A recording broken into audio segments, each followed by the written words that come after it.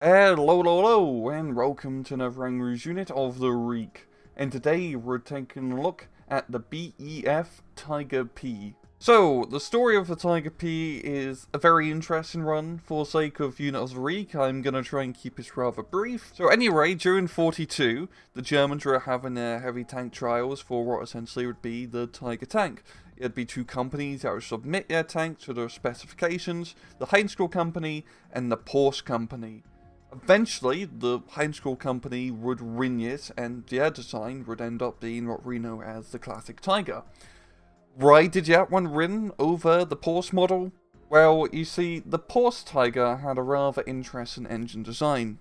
It had two petrol engines, which would power a generator, and then this generator would power two electrical motors, and these motors would actually make the tank go forward or backwards if the situation was looking dire. And this rather complex engine design did not play out well. It was in a rather cramped space, there was lots of issues with the engine such as overheating and breakdowns, and during the trials, the Tiger P just broke down an awful bloody lot, and that's right, did not win over the Heinz model.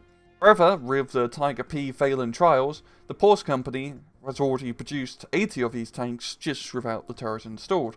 The German army was in a bit of a pickle as they just had a bunch of tanks made for them which failed to trials, and they needed to figure out something to do with them because they're fighting a war and it's currently not looking all that good for them. Eventually a lot of these would be converted into the Ferdinand tank destroyer, but we'll talk about that next week. For the Tiger P, however, one of these would be used in frontline service as a command tank for the Ferdinand tank destroyer regiment. It was deployed in April of 1944, and it would end up getting blown up by July of 1944. In-game, the BEF Tiger P is a 175-point command tank available exclusively to the 20th Panzer Grenadier Division, and it has two weapons. So the weapon loadout is pretty basic. It's the same as a Tiger almost, as you have the 88mm L56 with 45 AP rounds and 30 high explosive rounds. This is a pretty good gun. It will knock out the majority of allied armor, apart from more of the pesky IS-2 and Jumbos if you come across them. And then you have two machine guns, which is better than having one machine gun, and even better than having no machine guns. Up down to the miscellaneous stats, it has a whopping 170mm of frontal armor, strong top armor, 85mm on the side, and on the back. Has a radio and is a commander unit. It goes 16 kilometers an hour off-road, 30 kilometers on the road, has bad stealth and low optics. In battle, the BEF Tiger P is very overkill for its role, and its role is a commander vehicle.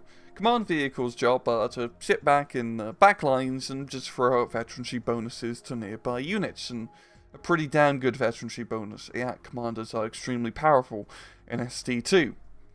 But for being a backline support unit, it has the stats of a frontline heavy tank, because it is literally a frontline heavy tank. It's more expensive than a Tiger because of the extra armor and of course it's a commander vehicle, but it's still relatively good for the price, as mainly at 170mm of frontal armor is pretty gnarly. Really only IS-2s are gonna have a good chance of actually going for you at long range. And you have a pretty good gun with a lot of ammunition. It can give good high explosive support because it's an 88mm gun. It's a pretty good frontline tank. But with all these cool stats, you're gonna keep it in the rear, right? You're not gonna charge this thing out in the open and do attacks with it. Because if you do, your enemy's gonna realize, hey, that's the command unit. They probably don't have many of them, maybe one or two in their entire deck. Time to send out the Yak cluster bombers and make sure that thing dies, because I do not want to be going up against that veterancy.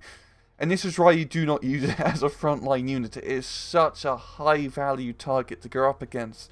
Yeah, it's going to be very silly if your opponent does not focus fire pretty much the entire Red Army Air Force or Allied Air Force if you're playing Western Front to blow you up to smithereens. So it's relegated to sitting in the bush a kilometer away from the fighting and just look menacing.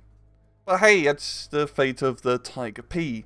I mean, it's a cool unit to have in the game because historically it's what the 20th Panzer Grenadier Division used, and it has an interesting history. I'm pretty fond of this tank due to just its weird design history and, well, What the hell was Porsche thinking?